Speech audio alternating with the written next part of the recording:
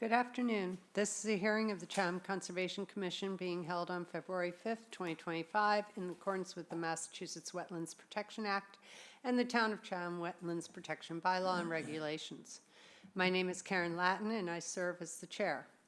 Today's hearing is being broadcast live on Xfinity Channel 1072 and is being recorded for the on-demand archives available on the town's website. It is being conducted in person, by phone, and by video conference. The agenda, instructions on how to attend, and copies of documents for review are posted on the town's website. To all participants, whether attending by phone or online, please remain muted unless you have been recognized by the chair. When recognized, please identify yourself for the record.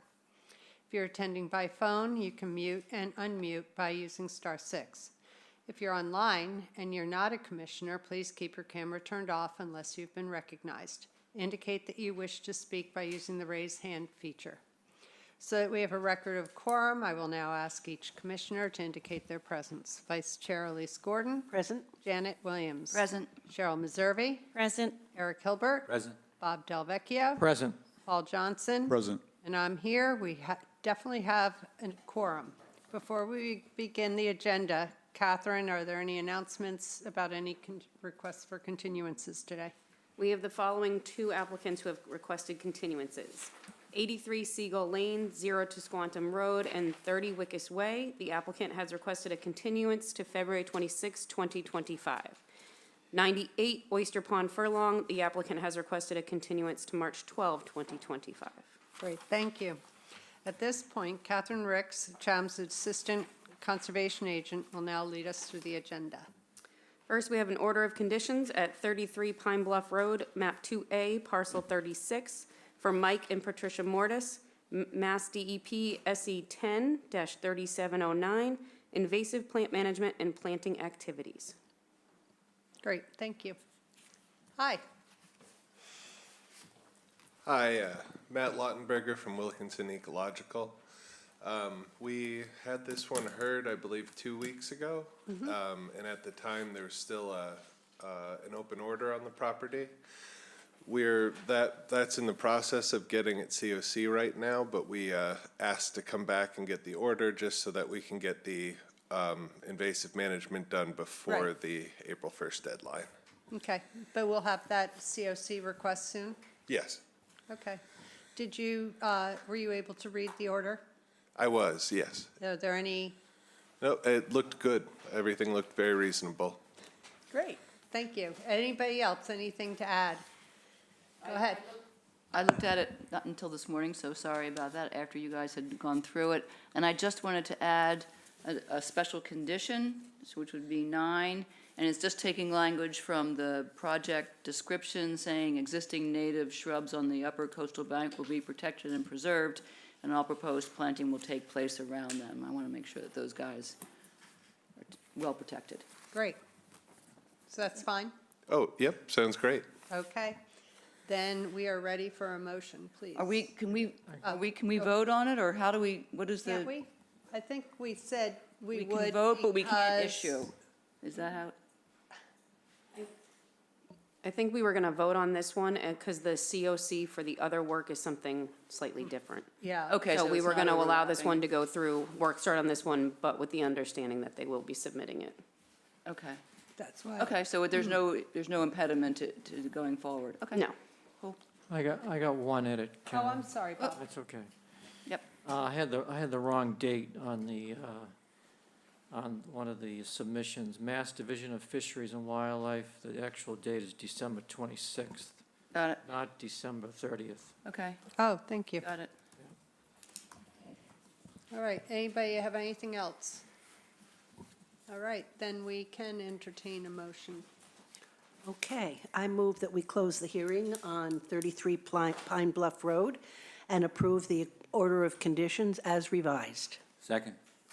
Okay, Cheryl. Aye. Paul. Aye. Janet. Aye. Elise. Aye. Eric. Aye. Bob. Aye. And I say aye. So you're all set. Thank you. Thank you. All right, Catherine, the next. We have an order of conditions at 39 Homestead Lane, map 15C, parcel 21, for Brooks Family Trust, Mass DEP SE 10-3715, landscape and hardscape reconstruction within the land subject to coastal storm flowage and the buffer zone to the coastal bank. Hi, how are you? Hi, David Clark, Clark Engineering. I don't know if Lindsay's on or not, but the only thing I picked up on was on the findings, number 6. You talk about the back patio and the pathways being approved after the fact. I sent Google Earth images showing that the path is, and the patio's been there since Google Earth images started. I think the issue was it wasn't shown on our as-built plan from work on the coastal bank. Right, and so at the last meeting for this, the only meeting we had for this, we said if you just, we were going to include those as an after the fact because they weren't on the as-built from the previous, so officially, they've never been approved. Well, officially, they were there forever. Right, but they didn't show, and so that's when, I mean, it's not really, I mean, it's just saying that we're accepting that Well, they're it- there and making it official. I understand that part, but having it the way it's worded, it makes it look like the owners or the previous owners did something without a permit, and they didn't. We couldn't find the permit for it. You probably can't find a permit for the house, because it was Yeah, built in. right. So you're saying 1910. everything, it was there. So, All right, yeah, well- it's just because it wasn't on the as-built plan for a completely different Okay. project doesn't mean it didn't exist. Can we add something that says we acknowledge that these are pre-existing or something like that? If, through the chair, if we can maybe put in something that says these are after-the-fact permitting as they were pre-existing prior to any previous permit. Something just to acknowledge that they're there now without previous permits, but And then the not that they were done improperly since they were done They so long pre-existed ago. the Wetlands Protection Act? I believe so. Yeah. That's, and then we don't Yeah, have to. I mean, would that just- work if we're saying that they're, That's fine. they pre-existed the That's fine. wetlands? Just so the commission's aware, when Lindsay or even Teresa asks us to do an existing conditions plan for strictly mitigation work on a bank or wetland resource Right. area, we don't pick up the minutia of the hardscape on the rest of the property because it's not pertinent to what they're doing. And so that's why it doesn't show up on the as-built plan from 2 years ago. Okay. Well, we'll know for future. Anybody have anything else to add? Anybody, I Bob? got a question. Sure. David, Lindsay's not around, huh? I don't see Shannon on there either. No, The bank between the Mill Pond pumping station and the property in question is pretty steep. You know, that bank right there. it sure is. Is there going to be any stabilization of conservation mix on that banking? I know they're going to be replacing trees, but in the planting plan, it just mentions that disturbed lawn areas will be replaced with conservation mix. Everything east of the pump station has already been mitigated, well, not mitigated. Lindsay did a plan for the previous owner, removing all the invasives there.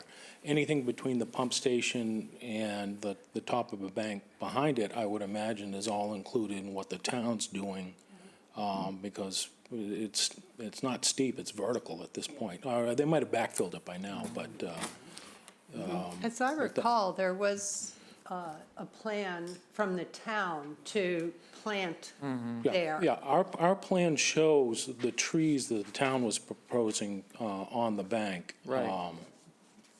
And But it is those still, aren't- there's still somewhat of a slope, right, at the top of the Yeah, bank? there will be once they finish grading it. Yeah, I imagine the town's going to take care of stabilizing that, and, Even on this applicant's property?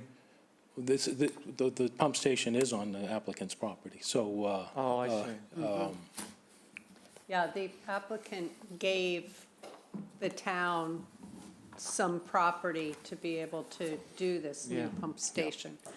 And Yeah. as a result, now, we had been told that the homeowners would be coming for something Yeah. to Yeah, so we're continue it. basically doing work right to the top of the bank, and including removing all those trees. If, when the town says they're done, and my client says they're done, I would hope that there would be some communication that any bare spots are taken care of by one party or the other. It's in both parties' interest Okay. to keep that bank stable. Right. Yep. Okay, thank you. Okay, yes, Janet? One quick edit. So I had asked the question, in the project description under tree removal, 5 trees are proposed to be removed. It said, see the tree removal narrative prepared by Cape Organics. I couldn't find anything. I asked Crystal, she said she couldn't. I just want to take that sentence out and just say 5, unless there's a document that we haven't, I haven't Lindsay seen. sent that on Monday when Crystal requested it. Uh-huh. Apparently, it got missed in the filing, but he had prepared it as part of the application, and But it didn't, it wasn't yeah, part of what apparently we- it got missed, but Lindsay did send, he CC'd me, and it went to Crystal on Monday. So it is there. Yes, part of I the got rec- it yesterday. Oh, yesterday, okay. Okay. So Okay. it's in the file for today's hearing. Oh, okay. was I will just leave it then. going to look. Thank you. Thank you. All right, anything else? All right, then we can have a motion. I move that we close the hearing on 39 Homestead Lane and approve the order of conditions as written. Second. Okay, Cheryl? Aye. Paul? Aye. Janet? Aye. Elise? Aye. Eric? Aye. Bob? Aye. And I say aye. So we're all set. Thank you. You're welcome. All right, next one, Catherine. Okay, we have an order of conditions at 189 Moonpenny Lane, map 10H, parcel 6, for Francis and Christian Fabrizio, Mass DEP SE 103713, construction of a Title V subsurface sewage disposal system within land subject to coastal storm flowage. All right. And again, I actually don't have any issues with this, other than asking a favor in that you have the typical April 1 through Labor Day, no tree removal or grubbing. The Fabrizios are required to put this system in so they can occupy the house. It's a real estate transfer. Knowing that the order conditions are going to be coming out in the next few days, they're just waiting on the order so that the contractor they hire can give them a price and final contract so they can get started. I don't know if they'll be able to get started before April 1. So just asking for a little flexibility on the start date. Knowing that the area where the system's going is largely invasives. There's one large Rose of Sharon tree, I think somebody said, is right in the middle of the system. So there's really no native vegetation coming out. But the rest of the system's in the lawn, so that's not really a problem. But if they can't start by April 1, I hate for them to be in a position that they can't start till Labor Day. could we maybe add something that says if it can't be started before April 1st, that they need to notify the agent? Just, Well, you that'll know, all be- because I can just see July or something, you know. What would you think for a I think what the reasonable- commission has allowed in the past is that, on the start date, after the pre-construction meeting, that they have a wildlife sweep of the area that's to be disturbed. I think that's what's been done in the past. Because I think that's the commission's primary concern about no grubbing during that time, that Right. period. When do you think you'd have an idea of when? They've had Robert Auer on board to do the system since last fall, last fall. So I think Auer is just waiting on the order conditions because they want to price something, not seeing the order. So I imagine they'd probably try to get in there in March. So- There isn't any but wildlife it's nesting not around here gonna- in March. Well, we Yeah. give them till April 1, so Yeah. March would be fine. Yeah. Yeah, even- I think it's just in case. Yeah, I seriously doubt that it would be, if it was delayed for any reason, it would be past the 1st of May. So I'm just thinking, that first couple of weeks in April, we might. Do we just want to change the date to May 1? Even if That they would be get in fine with there, me. just- The other thing is if the date was getting closer, and we got the pre-construction meeting taken care of, they could just hire their landscaper and they just to grub the area. Yeah, they can do that, just scrape Yeah, the surface. it's just nice to have only one contractor doing the work, but, I mean, it's not a huge deal, but that's it. Well, Either, they're gonna notify the conservation agent to go walk the area to see if anything. I- If you just say here, it shall not occur between, you can put May 1st and September 1st, without the approval of the conservation agent. that would be fine. Okay. Yeah, Just give them a little more time. that's Yep, where I was perfect. thinking, Thank you. but, Okay. all right, then we need a motion. I got one more thing, Karen. Oh, yes, I'm sorry, Bob. Didn't look that way. Tree that you're gonna replace. Yes, On special condition number 4, yes. it reads, let's get to it. Upon completion of the drinking water well installation, that's above the steep bank, the area shall be restored to pre-construction grades and lawn and seeded with a native fescue mix. I just added, the steep bank will be stabilized using erosion control fabric to allow for the grass seed to germinate and establish. Okay, I presume that's okay with David, he already sitting yeah, down. he's here. nodding. Yeah, he's done. Okay. Thank you. All right, That's all I anything had, else? that's all I had, thank you. Okay, anybody else? All right, then we can have a motion. I move that we close the hearing on 189 Moonpenny Lane and approve the order of conditions as revised. Second. Okay, Cheryl? Aye. Paul? Aye. Janet? Aye. Elise? Aye. Eric? Aye. Bob? Aye. And I say aye. All right, on to the next, please. Okay, moving on to amended order of condition requests. Request to amend an order of conditions at 62 Cedar Street, map 13C, parcel 41A-T1 for Douglas Gensler and Michael Kinsey Moore Gensler, Mass DEP, SE 10-3588. The amendment is to reconfigure driveway, invasive plant management, and mitigation plantings, Phase 2. Okay, do we have anybody? Hello. Okay, I thought so. Hi, Ian. Hello. Good afternoon. For the record, Ian Peach from Wilkinson Ecological Design, representing the project again for Phase 2. As was outlined in Phase 1, we're before you to request an amendment to the existing order of conditions, SE 10-3588. It's for a minor driveway reconfiguration and a comprehensive invasive plant management and ecological restoration approach to the resource area. Is it helpful for me to share my screen while I speak? Sure. We all happy about that. I'm hoping you can see the restoration plan. Yes. Okay, so we'll start with this, or maybe we'll start with, I'm going to outline, just to keep this clear, what was brought up last hearing and how we've responded. So what you're seeing here is Hawk Design's plan of this addition, as you can see in the hatch, for the reconfiguration of the driveway. That's one component of what we're coming for. And then also in that amendment, obviously, we didn't really want to leave on the table this amazing opportunity to restore this vegetated wetland. So I spoke to this last time. It's 22,000 square feet of ecological restoration and mitigation, and we had some comments. One of them was for a coverage table on the plan. So we've added that to our plan here in the lower left.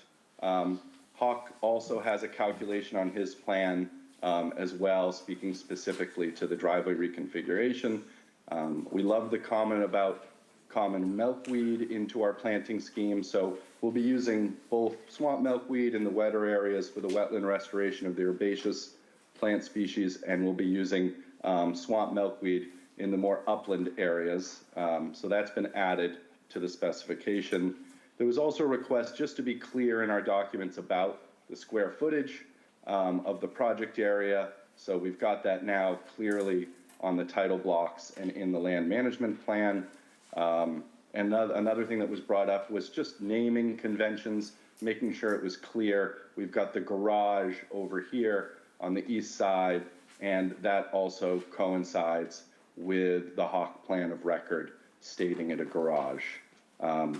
So just real briefly, because I know I did give you the overview before, but a brief summary that I want to make sure I'm hitting a few highlights.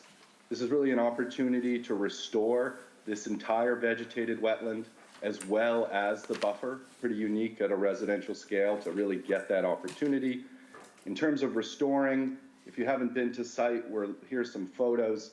We're talking about really heavily overtopped with porcelainberry, Asiatic bittersweet. There's even a population of Japanese knotweed that'll be critical to manage, and then of course shrub honeysuckle in the mix. But it's very high percentage of overtopped, invaded situation across the vegetated wetland and the buffer. So a lot of opportunity for restoration. We also are excited that we're going to be able to work with some existing snag trees that I mentioned last time, leave them as shown in green here at a nice triangulation across the wetland and the buffer. Trees that we can cut to a height so they're still safe, ideally, maybe 15 feet. We've said 10 to 15 feet in our land management plan. And then they're still providing that habitat value, as we know, as they start to break down and the wetland restoration takes hold. We've been very clear about our 2-to-1 replacement with the trees shown here in the purple for the driveway reconfiguration activities. So those will be replaced with American holly, red maple, and tupelo, 3 really nice species for this soil context and plant community at a 2-to-1 ratio. So I wanted to make sure I was pointing that out. And I guess, the last thing just to highlight is the biodiversity, the plant species we're able to bring in as part of this restoration across the tree, shrub, grass, and herbaceous level of the plant community, really bringing back a restored wetland with its habitat value for wildlife. So we're excited to kind of come back to this project through this amendment process and make sure we're not leaving anything on the table in terms of what's possible for the wetland resource. So that's, I think, where we are right now and what I wanted to make sure I was speaking to, but I'm happy to answer any questions at this time. Okay, thank you. Just before I let others, can you tell me the Hawk plan, it says the total addition is 1,025 square feet. Is that the part that's got the dashes through it is 1,025, or is that the entire change? Yeah, so you got it. 1,025 is the hatched area. Okay. That's the addition with this amendment. It was originally approved. There was going to be 658 square feet in this jurisdiction, and it's now 1,000. It's another addition of 1,025. Yes. All right. And I do see that you on the Hawk, you have the old configuration and the new. It would be kind of helpful in the future if they were different colors so that the old could be easily determined without going back to look at the order, the plans. It would have helped me. So because we have 1,025 square feet and your plan is called a restoration plan, it's hard to figure out, obviously you're doing more than 1,025 square feet of plantings. Is there an area that's specified as mitigation versus what you're doing, and you had mitigation on the original order. How are these overlapping, or are we just getting rid of the old mitigation plan and replacing it totally with this, which is what I think? Yeah, it should be replaced. The old mitigation was gonna leave kind of a mow strip and edge, and although that has good intentions, we know, that can, it'll be a challenging area into perpetuity and somebody else's problem. So we're looking at a holistic approach to be able to, really set something in motion in the future. So we would consider this area, this 22,000, as above and beyond, covering what's needed for the mitigation and obviously, and then some. So, we'd like Right. this to just be recognized as the way the applicant is addressing the needed mitigation, and then obviously going above and beyond for a comprehensive restoration. All right. I assumed that, and it probably would have been good to say we're totally scrapping the original from the other order, from the order, and, replacing it totally with this. Okay. But, that's what I thought, and I just wanted to clarify. Okay, anybody Thank you. want to start out? Can I just Sure. follow up on that?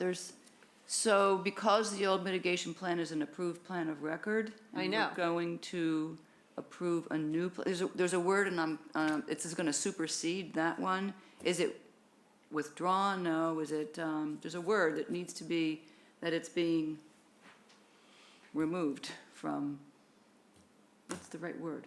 I can't think of This it. order is going to supersede that one. The only word in my head is excised. Excised, What did you say? supplant? Is it a Those are all good. substitute? Yeah. What did you say, Cher? No, Well, because we're it's not, gonna, because it's gone. 'Cause it's gone. That's why I wanted to All right. make sure that, well, we'll find the right word when we get to writing it in the Right. order. Yeah, I think all of those words, I understand you're looking for that It right word. doesn't matter, it's Um, just, Yeah. it's All a of the above? semantics issue. Because the original order was attached here, I was looking through it and I noticed, it has an error. oh, The original order from 12/2022 refers to increase in square footage of 7,422 for the project, and it should have been 742.2. So the amendment has to correct that, because it's not 7,000 square feet of coverage. I was like, boy, and they had 1,600 square feet of mitigation for all that, wow. So just make sure that the order corrects that. And last question I have, so the Hawk plan is titled a landscape plan, but I don't, there's no landscaping on it. Is it Right, really it's- what's acting as a site plan for this, for the amendment, for Well- the, I mean, I think landscape does, as landscape architecture does include, hardscape driveway. I think if we add hardscape, but- it'll be better, because there's no plants referenced on it. No, it's not a hardscape plan? It is, okay. It does include hardscape, okay. I have learned that today, never mind. Then we're good, thank you, I'm good. Thank you. anybody else? Bob? Yeah, I have a couple of questions. So there's an easement to the east and an easement to the north. Are you going to have any kind of an alleyway or a walkway between the new plants, the new plantings and so forth, and the easement to get in there and do some invasive work if need be? Well, I think it's a good question. We do have this 3-foot mown path that the homeowners are looking forward to having an opportunity to engage with their property a little more in that way, with that, minimally intrusive. But actually that, on the initial work of the project, that will, and the maintenance, I should say, the critical maintenance will act as an easier, less intrusive, regular way to get to the interior. And then just with those easements, I mean, we'll be able to work from the different sides of the property, it being bound by either driveway or easement. So I'm feeling the combination of pathway, driveway edge, and the such will give us adequate access for for successful ongoing maintenance. Okay, and one other thing, the size of the new plantings, the trees, are those Yeah. gonna be large enough? It says, what, 5 to 7 gallon? Yeah, so a 7 gallon might be, it depends on the species, of course.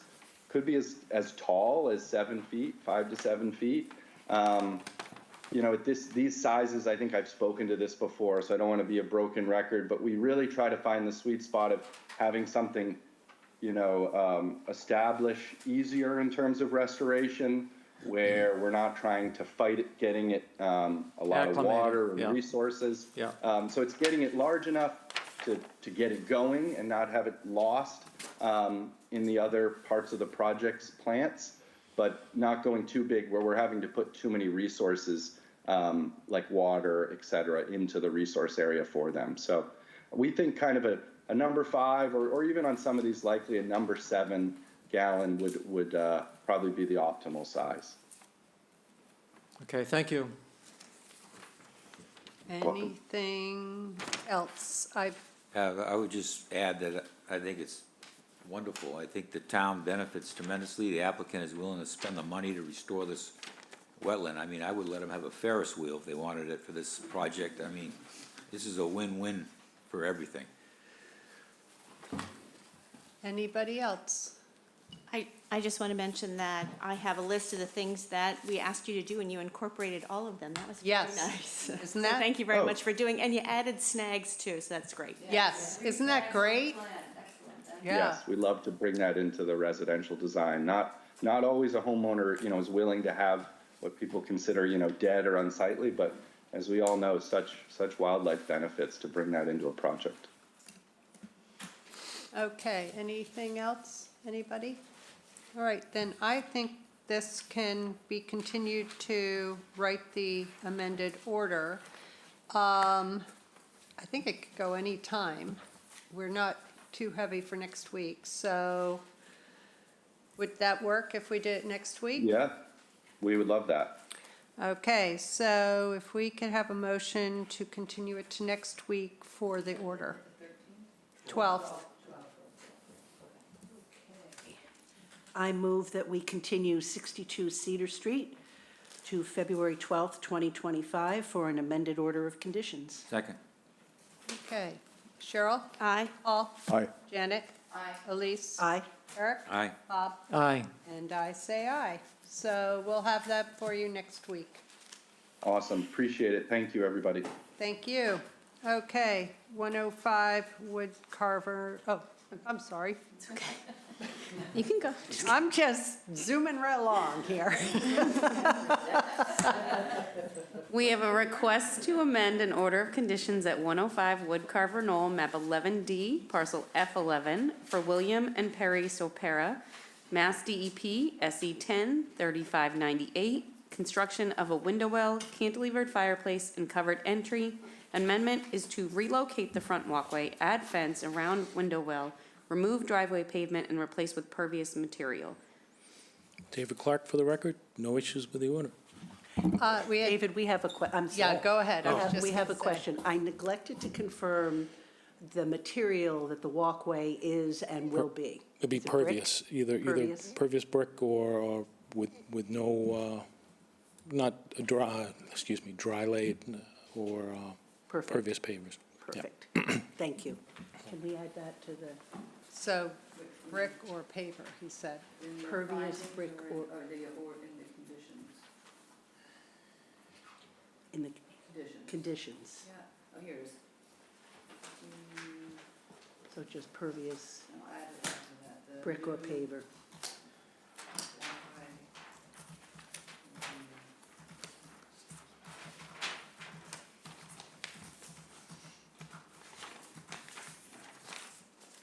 Okay, We good?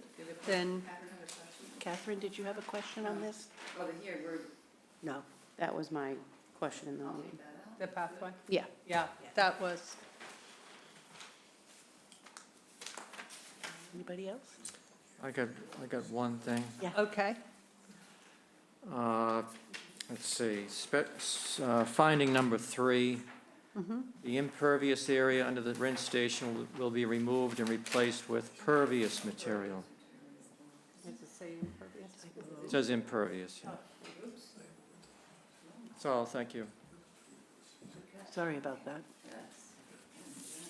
Okay, then we're ready for a motion. I move that we close the hearing on 105 Wood Carver Road and approve, did I do it wrong? Wood Carver Knoll, not road. Sorry. It's okay. 105 Wood Carver Knoll, and approve the amended order of conditions as revised. Second. Okay, Cheryl? Aye. Paul? Aye. Janet? Aye. Elise? Aye. Eric? Aye. Bob? Aye. And I say aye. Okay, Catherine, the next. Okay, moving on to the notice of intent. Notice of intent at 217 Woodland Way, map 11K, parcel HC 125, for John and Paula Perlowski, Mass DEP, SE 10 3702, construction of a swimming pool and patio within the buffer zone to a coastal bank.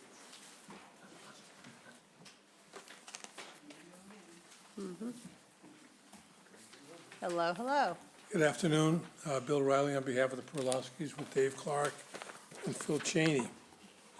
So after our last meeting, the Perlowskis took your comments to heart, and rather than a swimming pool, we are now proposing a hot tub. We did look at a design for a swimming pool in the front yard, which somebody asked for, but it would require a 6-foot retaining wall right in the middle of the front yard, so we didn't want to be there anyway, and requiring a 6-foot wall just made it completely a non-starter. In any event, so I'd like to have Dave and Phil, go through the new design and then talk about it. Thank you. Thank you. Good afternoon, Phil Cheney, landscape designer. I've drawn up the new design that you have, which includes a built-in, into the ground spa, 8 by 10. So we've really reduced the size down from a swimming pool. Once it gets much smaller than what we had before, it might as well be a hot tub or a spa, because it's not really functioning much as a swimming pool.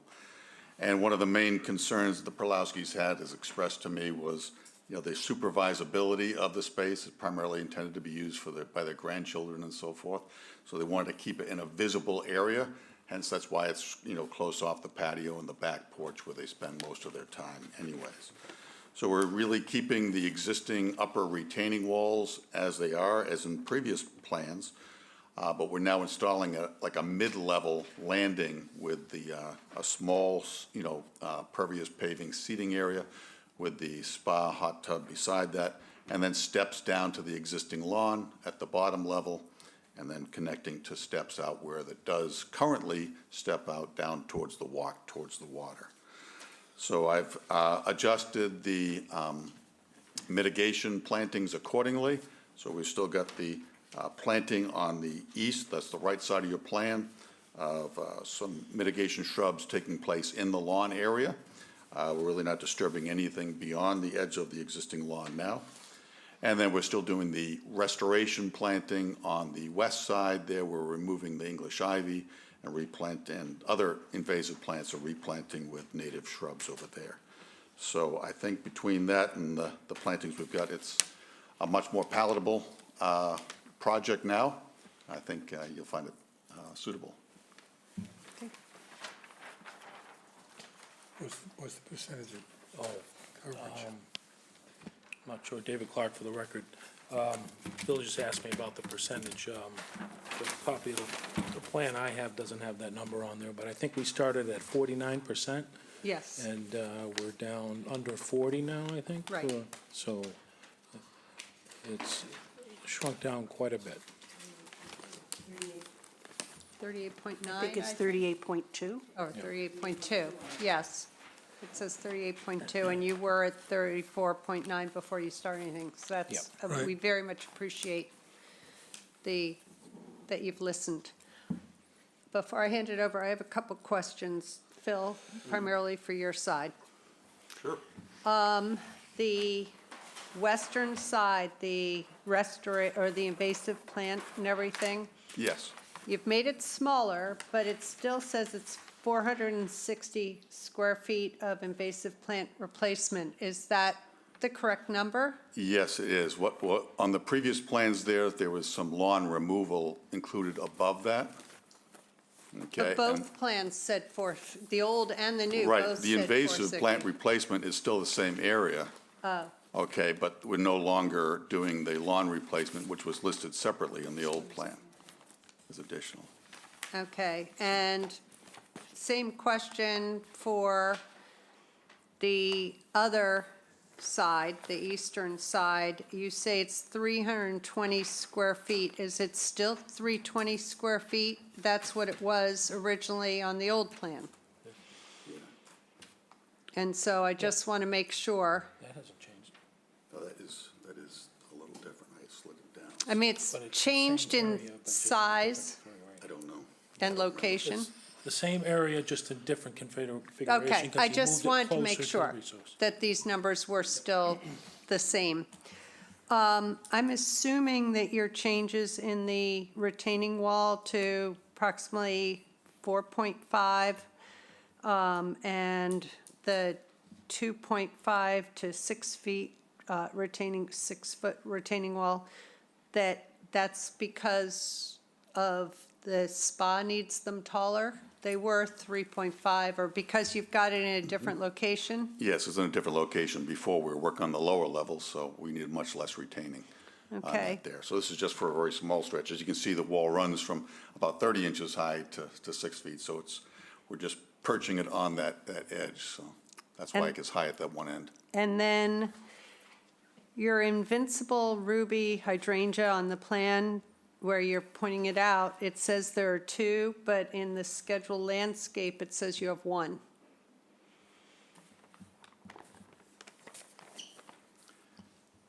Yes, one should be the correct number there. It's, Okay. I can refresh that if need be. Yeah, we'll need to have that fixed. That's great.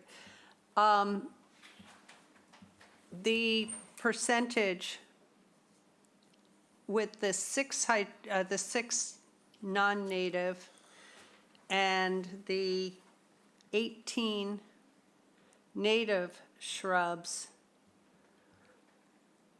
I see that as a third or not, which would be more than the 25%. Well, actually, it's 25%. I mean, depends, if you're comparing one to the other, then it's a Right. third. But if you look at the overall, it's 25%. All right, I'm just, it's Not bad for it's a- hard to tell. It's sort of my question is it truly 25% or is it more? Or, so, Well, it all depends right, how you look I'm at it. just putting it out there. If you look at the overall, Mm-hmm. it's 25% of what's going in there. Yeah. The fact that 25% equals 1/3 of the other plants is just a mathematical, So, the way things go. I mean, but it's still only 25% of the Okay. total area. yeah, so. It's hard to tell. 6 and Yeah. 18 is equivalent to 1 and 3. So that's 25% of the added. So, The total number of plants is 6 plus 18, which is True. 24. So 18 is 75% of 24. All right, So that's, yeah, you can't treat them okay. as the total, yeah. That's Yeah, how you the can, math- Now, you can tell we're math whizzes over here. yeah. My last question, access to do this work. so we provided a letter from, Yeah, so because it's been scaled down so much, they can do this all with small equipment, mini excavator, Bobcat size loader, and plenty of room around the backside of the house coming from the west. So it should be an issue. so they're going to come over the patio or? Yep. Okay, so, but then but anything, if the lawn or whatever, because it's not all, It- yeah, it- will be replaced as is? Yes, so the scarring from the machinery will be loamed and seeded when they're done. Yep. Okay. That was my things. All right. I just needed some clarification on this site. I don't know. I was struggling for some reason this time. Anybody else, obviously, hopefully? Bob? Just a quick question. Phil, the invasive vines, the bittersweet, English ivy, poison ivy, are they isolated? Are they, They are, yes. The neighbor's property is clean, so when this comes out, we don't have to worry about it encroaching from the neighbors. One of those Okay. rare situations works out well. that's, Wow. yeah, thank you. And I appreciate the reduction in the size of the pool and so forth. So, thank you. Anybody else? Janet? So just to make sure, that means there's no need for a mow strip along that side of the? Correct, it's- yep. It's, wow, okay. Yes, I double-checked because I was aware of that and understand the problem. It's like, wow, no, when this comes out, might be a few tendrils that are running over. We'll just pull them through from the neighbors, from our side. Okay. Anybody else? Cheryl? Your neighbors will be happy if you're getting rid of that, because it's not going to go their way. I do appreciate the change in this plan. I just want to mention that. Thank you. Anybody else? I would just echo that. Please thank the Perloskis for us because they've bent all the way, and I think that's just lovely. And I would call the math an oxymoron. Yeah. It's a mathematical oxymoron. what I we used just to went be through. good at math, so this was a little, whoops. Well, I'm a lawyer, I can really do math. Yeah, well, they used to be very good at Let's say it, you so had me- I went, uh-oh. Yeah, you had me confused a second myself, but Well, it's the it- total plants, not Yeah. the, yeah, so And I it's 3-to-1 when you're doing the separate ones, Right. but that equals, yeah. So thank you. I was puzzled too. I was like, what, did I do it wrong? Anyone else? Catherine? Okay, anybody? Okay, I think we can go to an order. Hallelujah. So, we could do it any time. We don't have. Do it next week. We could. Would you like it for next week? Okay, we're going to go to an order for next week. I move that we continue 217 Woodland Way to February 12th, 2025 for an order of conditions. Second. Okay, Cheryl? Aye. Paul? Aye. Janet? Aye. Elise? Aye. Eric? Aye. Bob? Aye. And I say aye. So we'll see you next week. Thank you very much. Thank you. All right, Catherine? Okay, notice of intent at 83 Seagull Lane, 0 to Squantum Road, 30 Wickus Way, maps 15A1, 15A2, and 15A3, parcels 12-H98, 1-N133, and US 1 for Outermost Harbor Marine, Mass DEP SE 10, 3710, proposed dredge of marina and beach nourishment of Barrier Coastal Beach. The applicant has requested a continuance to February 26, 2025. I move that we continue 83 Seagull Lane, 0 to Squantum Road, and 30 Wickies Way to February 26, 2025. Second. Okay, Cheryl? Aye. Paul? Aye. Janet? Aye. Elise? Aye. Eric? Aye. Bob? Aye. And I say aye. Okay, the next. Okay, we have a notice of intent at 30 Pine Lane, map 13J, parcel 6-G12B, Michael Tuya Lynch, Mass DEP SE 10, 3716, proposed screen porch, sunroom, and deck addition within the 50-foot buffer zone to a fragmented coastal bank and 100-foot buffer to a BVW, invasive plant management, native plant restoration, lawn reduction, mitigation plantings, and kayak rack.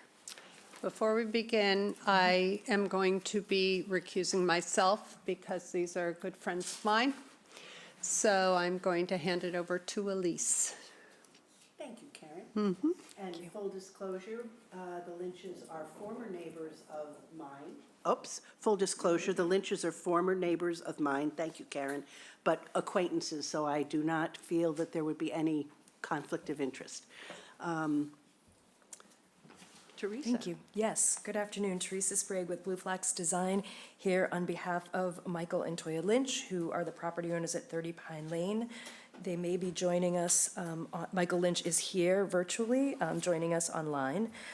So as was stated, the proposed project includes construction of a screen porch to the north of the existing dwelling over an existing deck, a proposed lower deck expansion, to the east of the dwelling directly abutting an existing smaller deck area, and an attached sunroom directly to the south of the proposed deck expansion. In addition to the structure, we're proposing just over 18,000 square feet of mitigation and restoration.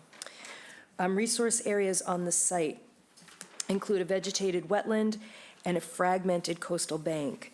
The coastal bank is actually stable and well vegetated, but is considered fragmented due to its topography, which is clearly shown on the plans by BSC Group.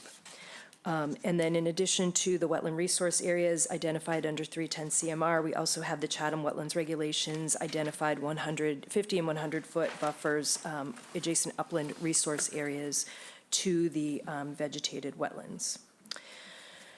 Existing conditions on the site, the property is approximately 36, just under 37,000 square foot lot. It's on the bank of Frostfish Creek. The edge of creek is vegetated with fringing salt marsh. Land slopes up gently to the top of coastal bank, which is fragmented due to the presence of the wood retaining wall and the topography as explained. The house sits within the buffer zones to the top of the coastal bank and the vegetated wetland. Most of the coastal bank and the no disturb zone is densely canopied with a mix of oaks, pitch pines, black cherries, as well as some interspersed black locust trees throughout the area. Shrub layer is also a mixture of native and invasive vegetation consisting mainly of native bayberry, arrowwood viburnum, and serviceberry, mixed with shrub honeysuckle, multiflora rose, border privet, Asiatic bittersweet, and porcelainberry, as well as English ivy present throughout the property. Much of the southern half of the coastal bank within the NDZ is a grass meadow, which has heavily invaded with velvet grass, and then a wood retaining wall creates a level area directly behind the house that has been maintained as a Cape Cod lawn. There is no identified native habitat of estimated or rare species located on the site. However, critical natural landscapes off-site do exist, and values are identified in Riders Cove downstream of Frostfish Creek. As part of the proposed plans, we have included an alternatives analysis along with a request for a variance. And we looked at the 3 different alternatives for the proposed project. The first one included rebuilding the existing decks. Due to the condition of the decks, the property owners did need to decide whether to rebuild them in their existing footprint or to improve the structures to provide them outdoor living space. They are outdoor enthusiasts, and after consulting with their contractor, determined that whether they were expanding or just rebuilding the decks in place, the amount of disturbance in the already existing disturbed areas would be quite similar. And then additionally, expanding this allowed them to undertake the proposed mitigation planting, which we'll discuss in more detail in just a moment. The second alternative was proposing new structure outside of the no disturb zone. Because there are 2 overlapping resource areas here, with the vegetated wetland and the fragmented coastal bank, the proposed screen porch and the existing deck that is covered is actually outside of the 100-foot buffer to the wetland, but is within the 50-foot buffer to the top of the coastal bank due to that wooden bulkhead at the top of the bank. And with that, the retaining walls that form that fragmented bank put both the existing and proposed structures entirely within the NDZ. So really, the only areas outside of the no disturb zone to the fragmented bank are already developed with the existing house, driveway, and walkways, which really leave no room for the proposed for the proposed structures. The third alternative consideration was given to reducing some of the proposed structure. However, all of the proposed structure is replacing either existing lawn or existing structure. Additionally, the expanded structure allows the property owners to limit all recreation to the deck, sunroom, and screen porch. With that expansion of structure, we're eliminating all of the lawn that's currently located to the east of the dwelling and planting that entirely out with native species. So all of the recreation area, with exception of some maintenance paths and a path that allows them access to Frostfish Creek, will be planted out with native vegetation. So with that, in restoring that entire 50-foot buffer zone, restoring the turf area with native shrubs, we're able to provide more mitigation, in addition to restoring a just over 5,300 square foot area on the coastal bank that had been managed by previous property owners as mown lawn, with a native cool and warm season wildflower meadow that would only be managed once a year. And then 10,304 square feet of the forested area with the understory that's currently invaded by the English ivy, bittersweet, porcelain berry shrub, honeysuckle, multiflora rose, etc., will be managed and restored, which provides just over 18,000 square feet of total restoration. We've provided a coverage calculations table. This was provided by BSC Group, who provided the original survey plan of the site. We're showing an increase of 671 square feet within the buffer zone, and the proposed mitigation equaling 18,239 square feet. You notice in our land management plan, we're saying in page 1 in our page 2 in our introduction, that we're adding 707 square feet of additional structure. I believe there's 36 square feet of existing hardscape that's being removed that BSC has accounted for that we did not in our calculations. So the BSC calculations are the more accurate calculations. With the total plan in general, I do have to add importantly that we are proposing to remove some trees from the site. There are 6 pine trees that are flagged in the field with orange flagging tape. We are proposing to flush cut those. The stumps will be treated and they'll be allowed to remain. They are in poor health and in close proximity to the house. They're leaning towards the structure. We do believe that they are a hazard. In addition to that, we are proposing to remove 4 invasive black locust trees and 1 very large Norway maple tree that's located directly adjacent to the structure. They've also been flagged in the field with flagging tape. There are 2 Kwanzan cherries that are located in the front yard. Those are located within the buffer zone, the 100-foot buffer, so it's outside of the 50-foot buffer to both the top of coastal bank and the vegetated wetland. Those trees are beautiful, but they are very close to the house. The branches are leaning over, they're really shading, they're causing a lot of issues for the structure. So we are proposing to remove those non-native cherry trees, not because they're invasive, but because they are causing some issues with the structure, with the amount of shading and their proximity to the house and the size of the trees. We are proposing to plant 21 trees, including hop hornbeam, Canada serviceberry, witch hazel, and eastern red cedars, as well as 290 shrubs, including a mix of native shrubs that have some more ornamental qualities up closer to the house, including Itea, Fothergilla, oak leaf hydrangea, and in the restoration areas, arrowwood viburnum, black chokeberry, fragrant sumac, groundsel bush, inkberry, holly, low bush blueberry, northern bayberry, summer sweet, and sweet fern, as well as 35 grasses interspersed throughout the meadow, including little bluestem and Deschampsia flexuosa wavy hairgrass, which is existing in some of the wooded areas on the site. So I think that is an overall, I think that's a good overall coverage. I did this afternoon print out some photographs that I thought might be helpful. If you've all had a chance to go out to the site, you've seen that this is a densely canopied site. I have been in contact with the abutter to this property, who I understand did submit a letter to the commission, and I did speak with Mr. Goldstein personally, as well as his submission of the letter. And just wanted to submit some photographs that give a good sense of what this site looks like with the canopy leafed out in the summertime. So with the chair's permission, may I just distribute the photos? No new information, just photographs.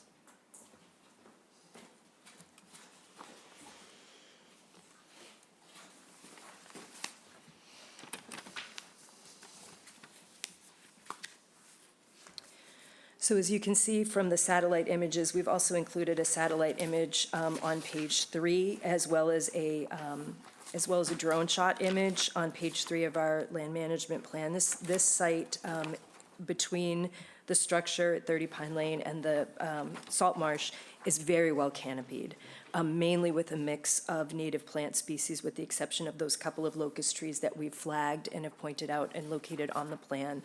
So we, the engineer, the surveyor did not locate every single tree on this site. We only flagged and asked them to locate the trees that we're proposing to remove. So that's what you're seeing marked in red on our proposed plan. So with that, we're really trying to beef up the understory and plant some of these hornbeams in place that will help as the native canopy, particularly the pitch pines, mature and naturally die on their own, and light gaps are opening up. So we're proposing to interplant in between there with the serviceberry and the hornbeam. I think with that, I'm happy to answer any questions. Oh, I'm sorry, I did forget one thing. We are proposing a vista corridor. This is shown on our plan. It's approximately 35 feet wide. The vista corridor would just be to allow some filtered views from the deck and the porch. The vista corridor would be managed using best management practices, so we would begin with removing dead, diseased, or obstructing or weak branches from the existing trees, then follow that by lifting, removing of some small lower branches, and then finally pruning of any healthy limbs or branches with no more than a third of the canopy of any tree being removed. Okay, so I think I've covered everything. There's a lot going on in this plan, so happy to answer any questions. Okay. Should I do the abutter first? Should I do the abutter? Are they Is the abutter online? If not, I think we need to read the letter into the record. So I don't see them. The dulcet tones. This is going to take a few minutes, sorry. It was sent on January 30th, 2025, from the Stephen and Cindy Goldstein, 5 Oak Lane, Larchmont, New York, February 5th, 2026, public hearing on 30 Pine Lane application.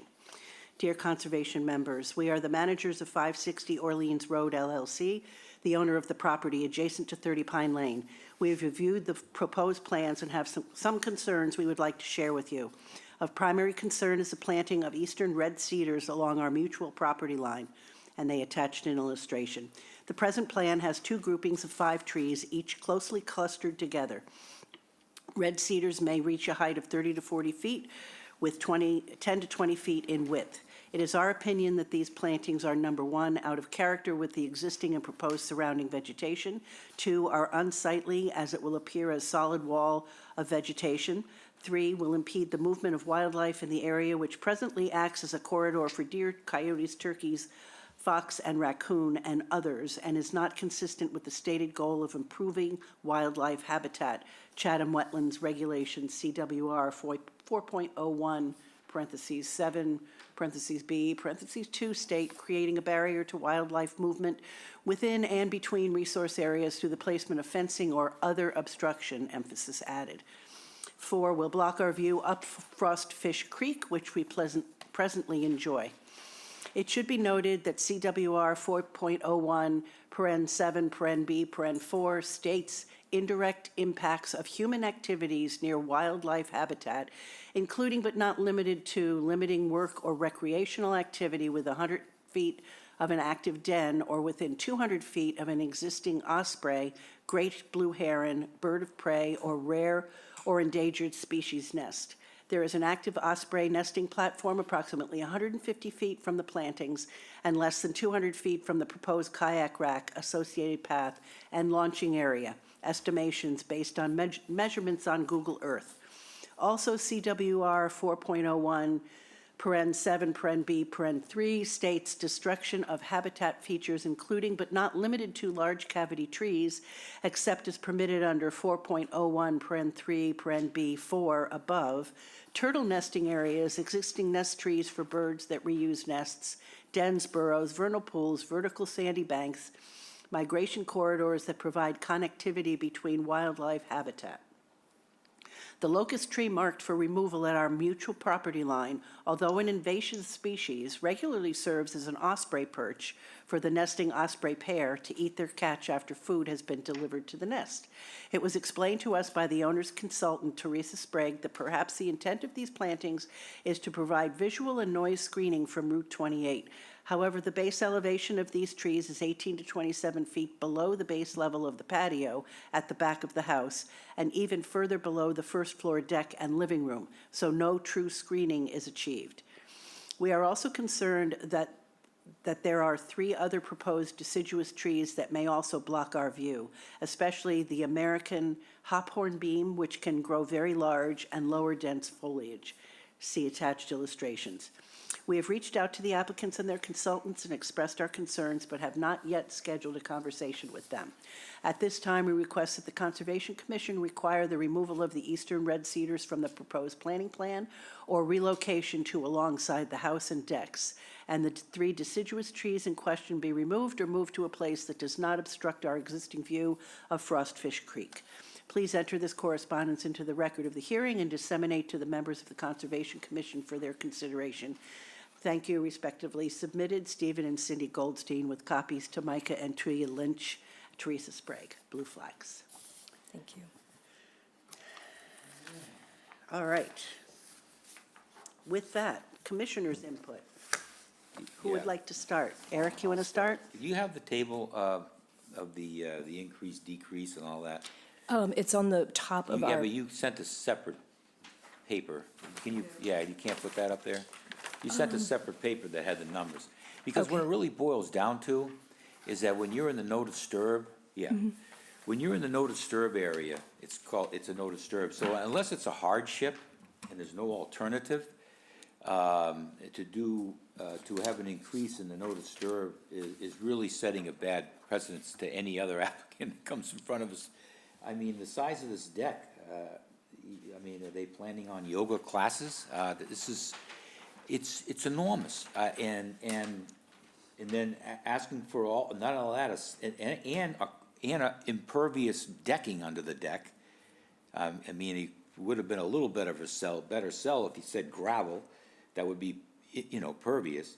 And then we're gonna go into a sunroom. I don't like it, personally. I don't know what the fellow members feel. And on this path that's going down to the water, I mean, nothing wrong with having a path to the water. Is that also decreased from the total? The square footage of the path length and width? So Is right- that decreased from your table? it is not, because it's not structure, it's mown through the meadow, and right now they're just walking across the grass. So Yeah. once the meadow is established, it would just be a mown path for them to access. But wouldn't that count for the decrease in the mitigation proposal? I'm not sure I understand. Well, if you're taking away and you're adding, Well, we're taking away invasive velvet grass but and you're we're making a restoring path, it. right? Well, there's an existing, right now, there's no path, it's just mown grass. So there's an existing. Oh, okay, fine. Yeah, Sorry, I didn't even notice that. yeah. And that's, I hope Janet's still gonna be a friend of mine and a fellow commissioner after this, but I just don't, and you got 2 stairways on one side. I mean, it was, you really pushed it hard. I mean, and it's really unfortunate because when these massive houses are built, there isn't a lot of thought of the future. Hey, maybe down the road, we might want to have a little sun deck porch and little addition. But they push that thing right up to the 50, right? So now it's like, oh, you know what? Now we need a little more. It's in the no disturb. It's really a very gray area. It's a line in the sand really that we have to stick to. Otherwise, it's going to be a dominoes effect. And I look at the project, and I see restoration and I see mitigation. So restoration is really, to me, it's not a good deal as far as in trade for the increase in a no disturb. If it was in the increase from the, from the 50 to the 100, yes. So I look at, okay, now we have the mitigation above the wall. I mean, how much square footage is in the old railroad tie wall? Above the old rail tide wall? No, how much square footage is the railroad tie wall? Because isn't that old creosote wall? I don't know, could you remove some of that, could you remove the wall and maybe make it some mitigation space? You don't really need a wall there, right? I mean, it's all. It's holding back just that level area. I don't know if it's providing anything structurally, I but certainly doubt we it. could look into that. Yeah, Yeah. maybe you could take some, square footage from that railroad tie wall, which is creosote, which technically is not good for the environment. No, completely agree. And, if you remove that, maybe just pull a little bit Yep. off the crest of the top edge. Yep. To pull it back and make a steep banking there, that could be an option. But it really is a big push on this as far as I'm concerned. That's all I want to say. Thanks. Next. Okay, no. I'll go next, Teresa. Okay. In the field of view, what do you call it? The The Vista Corridor? view corridor. If you look down to the water, there's a grouping of oaks. And they're kind of young, I Yeah. don't know, maybe 15, 20 years old. What happens to those? I think the height of the house does not require any management of that. Again, this was intended to be just very filtered views. I think that the height of the structure and the steepness of the bank below, as you get down, there is it is a very healthy oak, pitch pine canopy, as well as there's a lot of baccharis down there. There's also some viburnum and rugosa rose, which would be proposed to remain. So nothing down there. We're just planning on infilling and planting, but there's no, again, the management, the oaks are not going away. We're not proposing to remove any trees other than what we've proposed and shown here on the plan and flagged in the field. And what happens as these oaks mature? Well, likely if that is the case, they'll have to come back and ask for some additional pruning in the future. So I guess that will just remain to be seen, but that is not part of what we're proposing now. And I understand that a Vista corridor does not allow them to continue to manage in perpetuity. It's just us locating for you what the area that we would propose to prune for this filing. And the existing wall, was that ever permitted, do you know? I do not know. It's in decent shape, which is why we weren't proposing to remove it. It is acting in some form of a structural manner by holding back that soil.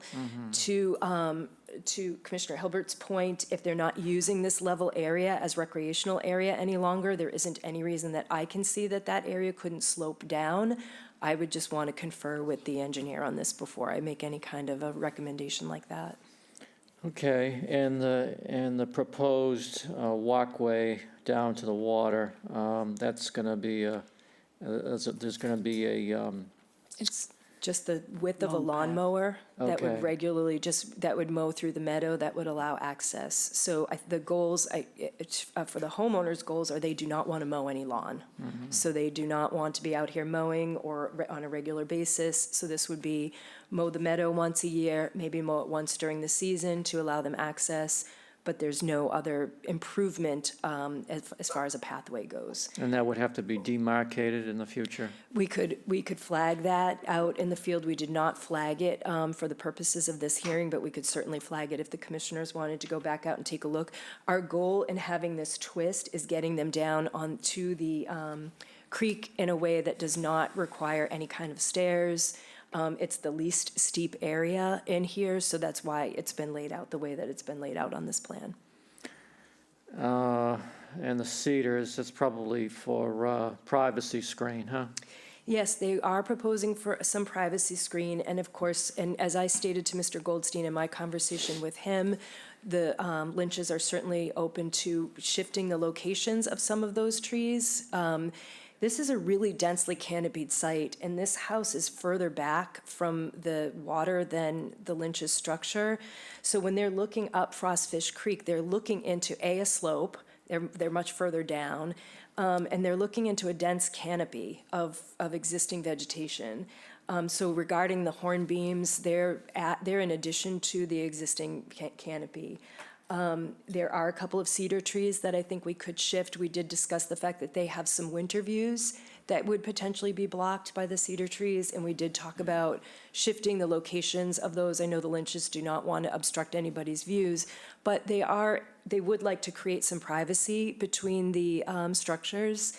And the easternmost cedars were placed there to just obviously not completely screen Route 28 and the bridge going over Frostfish Creek, but just to add a little bit of greenery in between so that they weren't constantly looking at the traffic, and they weren't, as much as vegetation is not a great sound barrier, it's a good psychological barrier, so you're not seeing the cars go by all the time and you're not hearing. So, but again, the Lynches were certainly open to moving a couple of those trees around to help with the Goldstein's views, but mainly their views are winter views because this canopy is dense in front of their 30 Pine Lane. So I think my understanding from the Goldsteins, they have an easement over the property that's directly in front of them. They don't own that property. And so perhaps if they walk down to the edge of the creek, they can look up the creek in that way, but I don't think even these cedar trees would be blocking that. And the large locust that they mentioned for the osprey, I mean, that's a huge tree. It's a big tree. Our concern is that once the area is not being regularly mown, that area the tree will sucker, as we know locust trees do, and that this area will just become filled with locust trees. We do think that there's plenty of canopy trees here. As far as I'm not concerned about displacing wildlife. If this was the only tree on the site, and this was the only place for an osprey to perch, I would definitely reconsider this, but I do think that we're providing, there is enough existing canopy, and we're providing enough cover for that as far as not damaging any wildlife habitat. As a matter of fact, I would say we're significantly improving wildlife habitat here. I don't believe a cedar tree is going to obstruct or prevent a deer or a fox or a coyote. If anything, having some evergreen trees here provides additional cover for birds and other species. So I don't think it's providing any kind of an obstruction to wildlife. Okay, yeah, I mean, I have the same type of feelings that Eric does too. I can see that sunroom sticking out into the no disturb zone especially.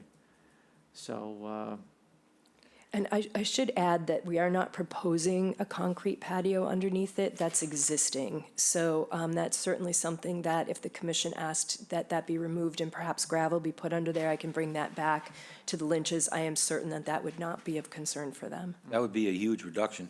Okay. okay, thank you. Janet? I also share the concerns. When you start a project, seeing that right off the bat, all of the proposed improvements are in the no disturb zone, the radar just starts going off. So where that takes us is to look at, the no disturb zone is part of the buffer zone. So our regulations tell us to look at what the buffer zone is too. What is the resource area? What is the quantity and quality of the resource area that's to be protected?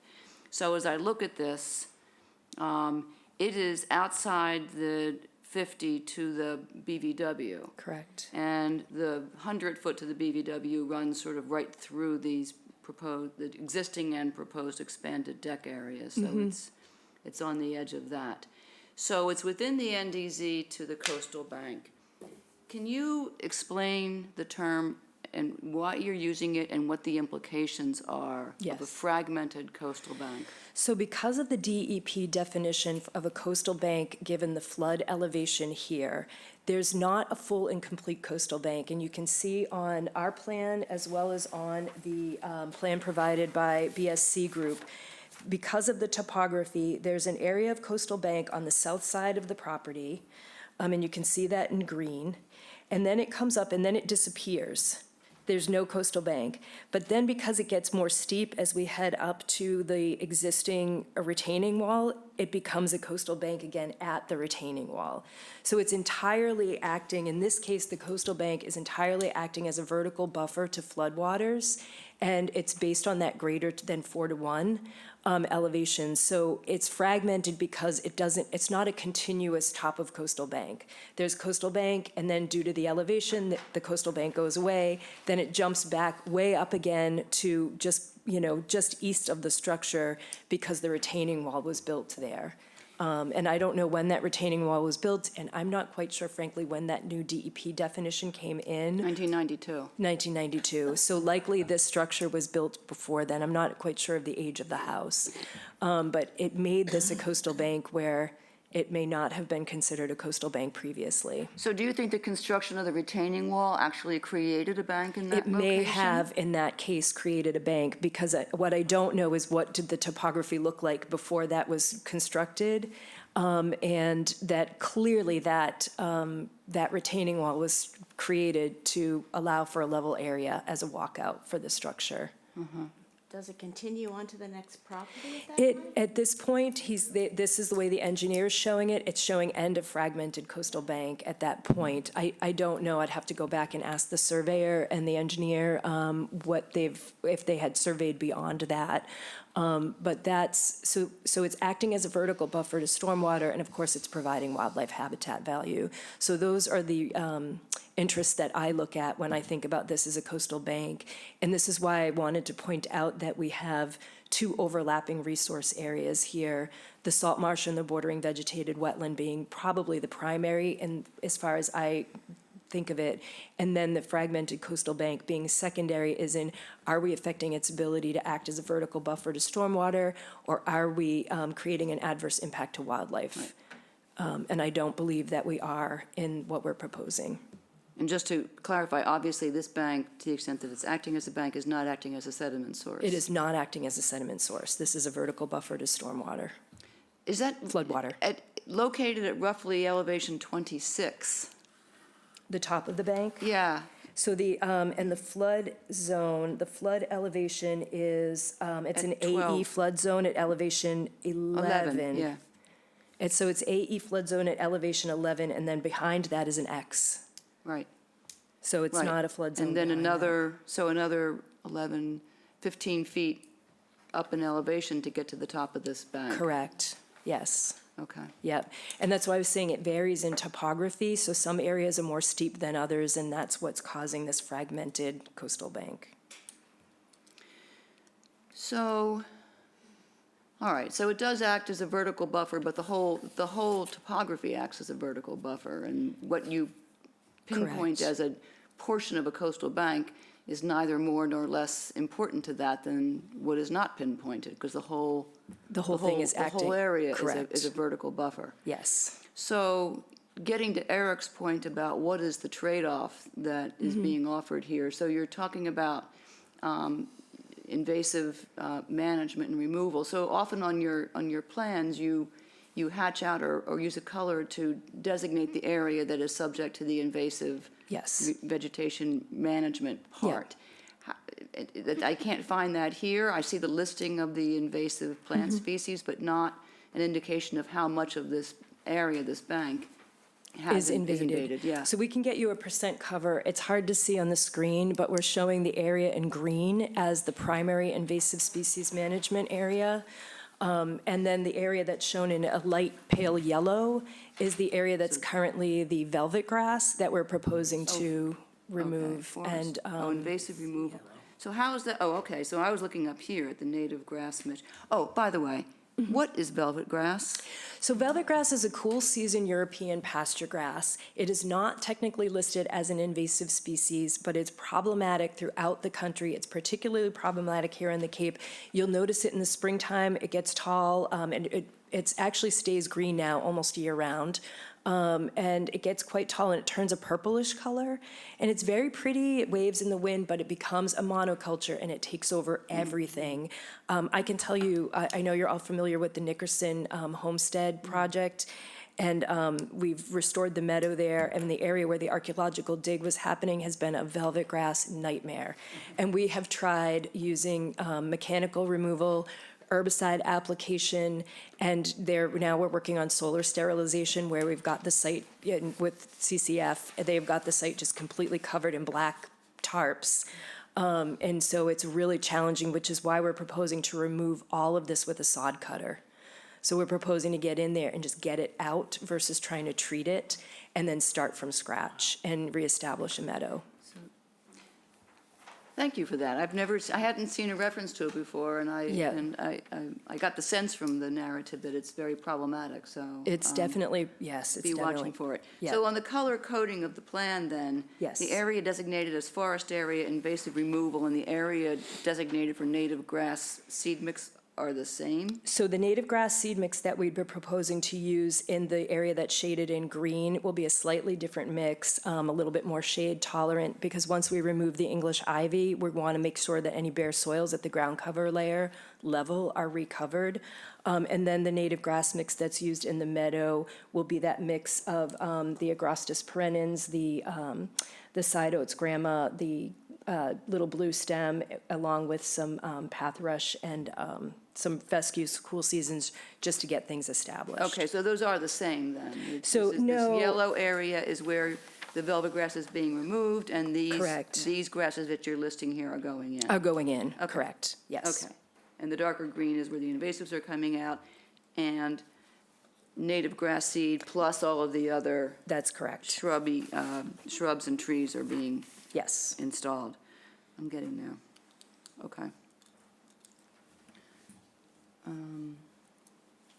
Do you know why BSC is pointing to a 36 square foot reduction in the outer aura? I am not sure. I will have to check with Kieran on this. I'm not sure, but I will get an answer for Okay, you. I that's- honestly didn't even It's a curious realize. figure that jumped off at me. It's coming out of some hardscape removal. Yes, and I will get that. Truthfully, as I was reviewing for the hearing today, I saw that there was a discrepancy and didn't realize that there was, so I will get an answer for that. All right. Well, all right, so the trade-off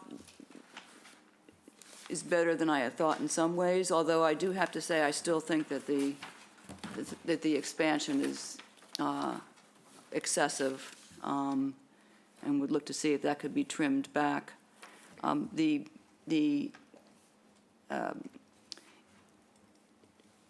restoration area would have to be permanent, Yes, permanently maintained Yes. as a, not just 3 years, but permanent with continuing conditions. So that Yep. would be on the deed forever, if I were to consider this. okay. The replacements are trees. Is there a work protocol? So the work protocol that we've put together is simply that all areas would be accessed from the existing disturbed upland areas. So obviously, the driveway comes in, the proposed screen porch would be accessed from the, I'm going to call it the front yard, for lack of a better description. I know front yards on Cape Cod are so often twisted around, but we'll call the front yard the driveway side, will be accessed from that area. So the limit of work we're showing to be quite tight to the back Okay. of the house. And then all equipment will be staged and stored and everything in the driveway? In the driveway, in the correct. front. Yes. And what's going on there now? Do you know? There was some, is inside Oh, work? yeah, they were Okay. doing, yes, Yeah. they are doing some inside work. I was peeking around, but I couldn't see what was going on. Mm-hmm. Okay, that will be it for the moment. I will keep thinking about this and listen to everybody else. Thank you. Okay, thank you.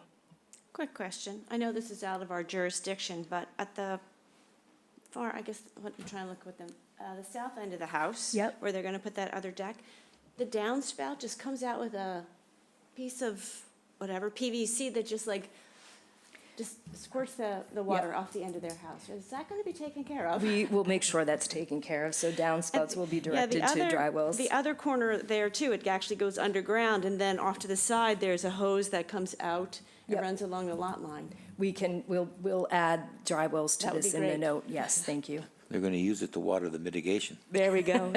And we'll add rain barrels and maybe a cistern. It was just, I'm sorry, it's confusing to me, of the increase because when I looked, I didn't see, so this, you have proposed, you have a screen porch going in, right? That's out Correct. of, kind of out of the 50. Yep. And then you have a proposed sunroom, which is on the deck. Correct. And so then that slab can be removed. Yes. So I wonder what square footage. So the proposed screen porch is also going over an existing deck. If you look at the pictures that I passed around, there's the Yeah, deck on the north I can see the side. existing deck, so really Yep. the increase is that extension out where the two stairs. Correct, yes. And maybe they can reduce one of the stairs. Okay, That Yep. could reduce some square footage, yep.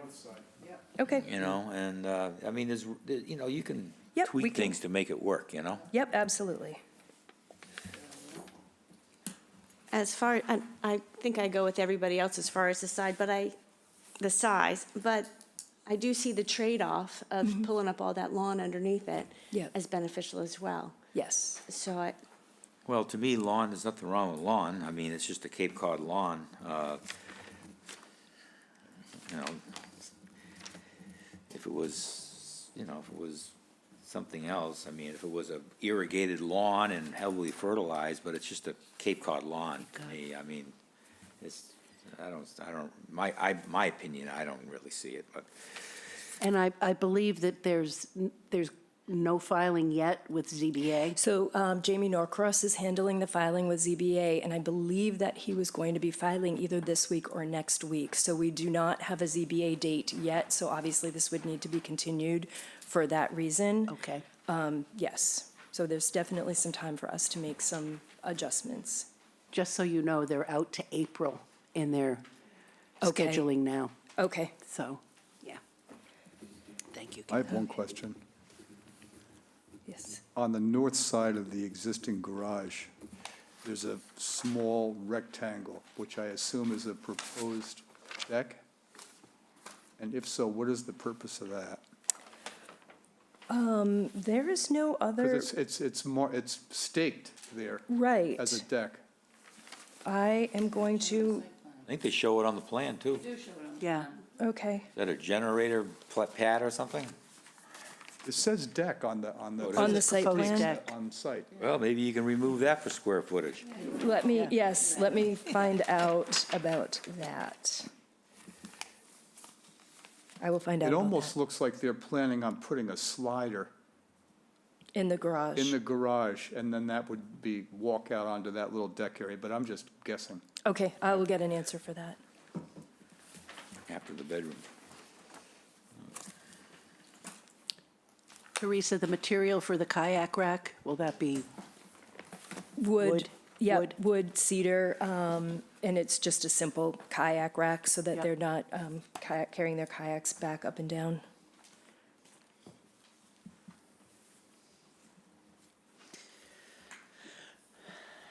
anything else?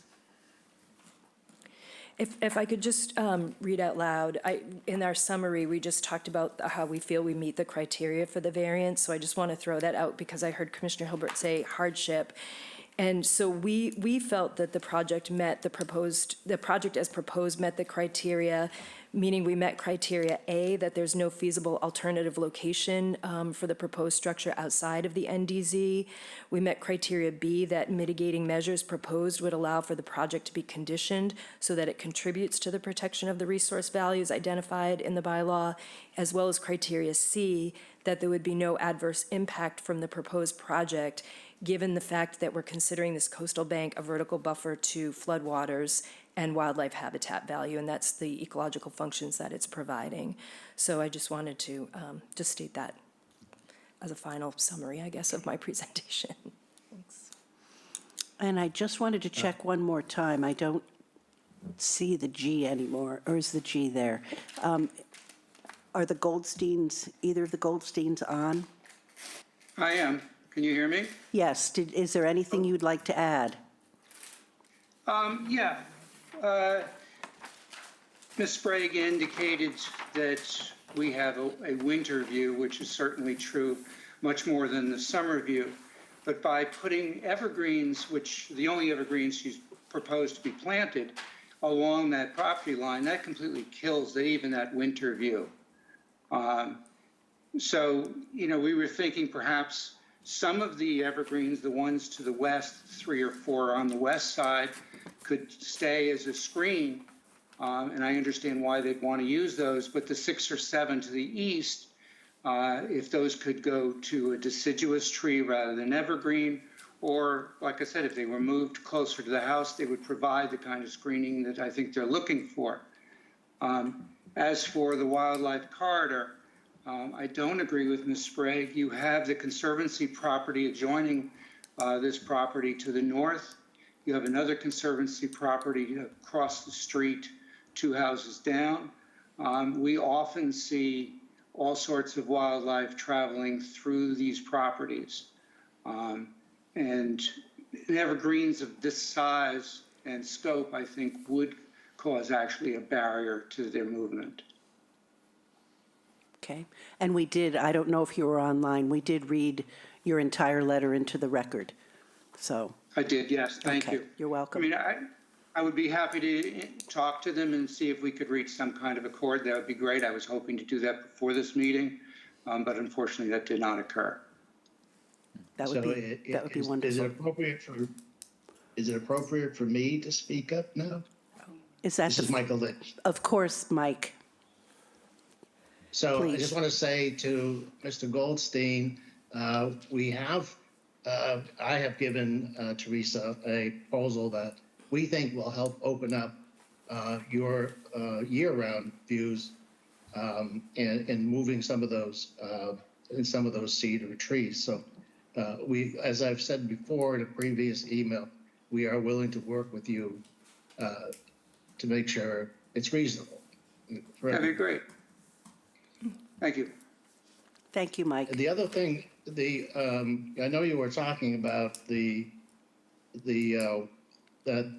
business behind the garage. That is actually a walkway, because that's really kind of a difficult walking area now. It's all gravel and stone, and it's deteriorating. And so the engineer or the architect built it that way, or designed it that way, in order to attach, as I understand it, attach the walkway to the structure of the garage. So I don't feel strongly about it one way or the other, but we do need a walkway there because it's a little bit dangerous. Mm-hmm. There's a little square.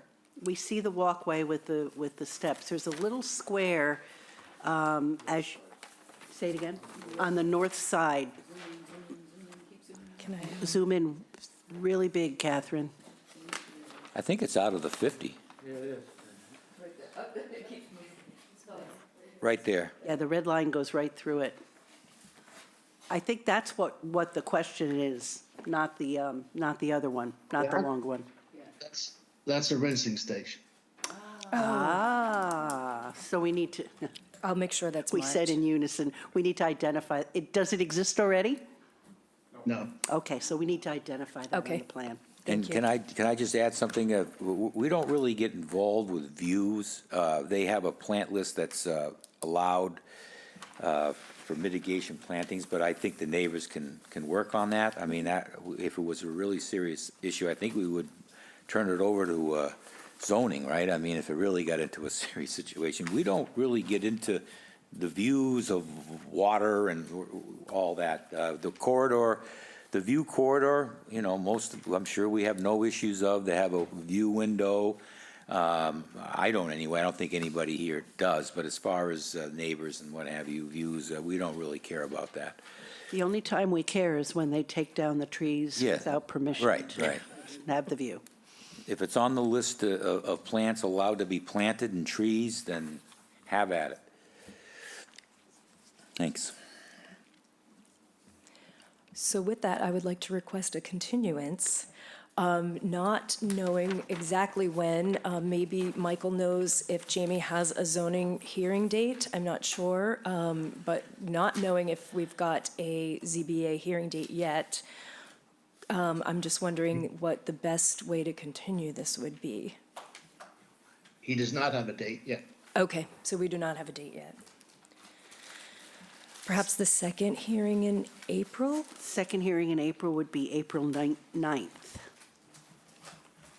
With Mr. Lynch's permission, we will continue then to April 9th. So I will explain to Mr. Lynch that we will not be able to close the conservation hearing until ZBA has approved, because they won't issue the order of conditions without ZBA's approval. Understood. Okay, thank you. Anything else from the commissioners? I just want to make sure that we have an agreement on the reduction in scale of the proposed area, the decks and the sunroom, before Teresa comes So- back again. I took notes, so things that we're going to look at will include removing the wall, the existing retaining wall, removing the concrete patio underneath the I think you'll get some proposed- square footage out of that wall. Yep, the proposed sunroom, and then if we can trim back the expansion of the deck, looking at that, and eliminating one of the sets of staircases was the other thing that I think we'll bring back and discuss with the Lynches and their architect. Perfect. Perfect. I'd like to thank Mr. Lynch and Mr. Goldstein for participating with us today. I think it was pretty productive. Good dialogue. Anyone have anything else? Then with that, I move that we continue 30 Pine Lane. Janet, you good?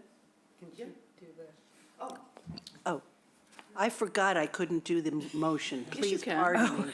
Oh, because you're the chair. No, I'm the Because you're chair. chair, yeah, so, we're getting there. I move that we continue 30 Pine Lane to April 9th. Second. Now me. Cheryl? Aye. Paul? Aye. Janet? Aye. I say aye. Eric? Aye. And Bob? Aye. And I abstain. And Karen abstains. Thank Okay. you. Thank you so much for your time today. Thanks, Thank you. Teresa. Putting my regular hat back on now. All right, Catherine. Thank you. Thank you. Okay, we're going on to certificates of compliance. Certificate of compliance at 314 Cockle Cove Road, map 5C, parcel 4, for Scott and Charna Daly, Mass DEP, SE 10 3257, deck, foundation repair, and utility installation. I recommend the approval of the certificate of compliance, noting the deck and stairs from the previous order of conditions were revised. The 2 landscape boulder walls are not included with this certificate of compliance. The applicants will be receiving an enforcement order for items that were not previously permitted on-site. I move that we approve the certificate of compliance for 314 Cockle Cove Road. Second. Cheryl. Aye. Paul. Aye. Janet. Aye. Elise. Aye. Eric. Aye. Bob. Aye. And I say aye. Okay, and we have certificate of compliance requested 98 Oyster Pond Furlong, map 13E, parcel 29-11A for Stephen A. and, sorry, my computer went out. Where's, It, the battery died, but oh, here, 1 second. we've got it. Stephen A. and Haley G. Nadas, Mass DEP, SE 10 3682, construction of a beach access catwalk. The applicant has requested a continuance to March 12, 2025. Okay. I move that we continue 98 Oyster Pond Furlong to March 12th, 2025. Second. Okay, Cheryl. Aye. Paul. Aye. Janet. Aye. Elise. Aye. Eric. Aye. Bob. Aye. And I say aye. Okay, And we have minutes to be approved January 8th, 2025. Does any- are there any modifications or anything to the minutes from January 8th, 2025? Hold on, Bob's still looking, getting ready. Yeah. 62 Cedar Street. Okay, yes. I'm still trying to find it in the, online here. Hold on one sec, please.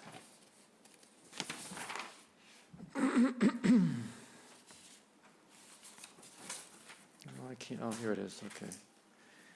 Let's see, 62 Cedar Street, fourth sentence.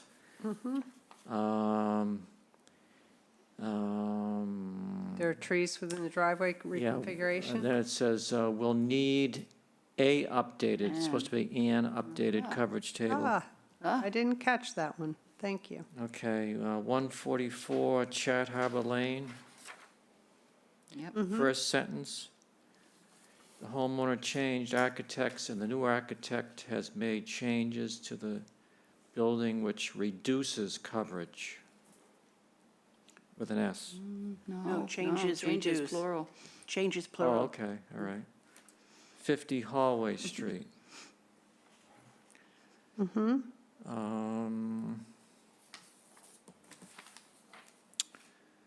Okay, Bob asked that, which Bob is that? That's me. You. Bob asked that some, Bob asked that some, let's see, I rewrote the sentence here. Bob asked that some crushed stone be placed next to the rinse station where roof runoff is causing soil erosion.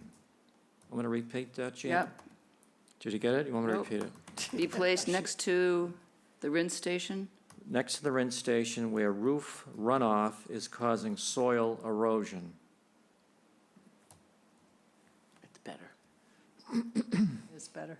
And then lastly, on that same one, I had, let's see, 50 Hallway Street, right? Yeah. And then I had, the last sentence. Wait a minute. Yeah, They do need to get ZBA approval, but since this is an RDA, we can issue the RDA prior to the ZBA approval. no, the sentence before that, the second to the last sentence. They will add a bush. They will add a native shrub as mitigation. Yeah, that's better. Which one is this? The Right second to before- last station, We'll add sentence. It's still Now on, you're we're grading still on papers. hallway. Oh. They will add a native Shrub Yeah, as yeah. mitigation. Okay. Thank you, that's all I have. Okay, anybody else? Anything? All right, then we can have a motion. I move that we approve the minutes from January 8th, 2025 as revised. Second. All right, Cheryl. Aye. Paul. Aye. Janet. Aye. Elise. Aye. Eric. Aye. Bob. Aye. And I say aye. Okay, we need one more motion. I move that we adjourn the meeting. Second. Cheryl. Aye. Paul. Aye. Janet. Aye. Elise. Aye. Eric. Aye. Bob. Aye. And I say aye, and that's a wrap. I hope you still.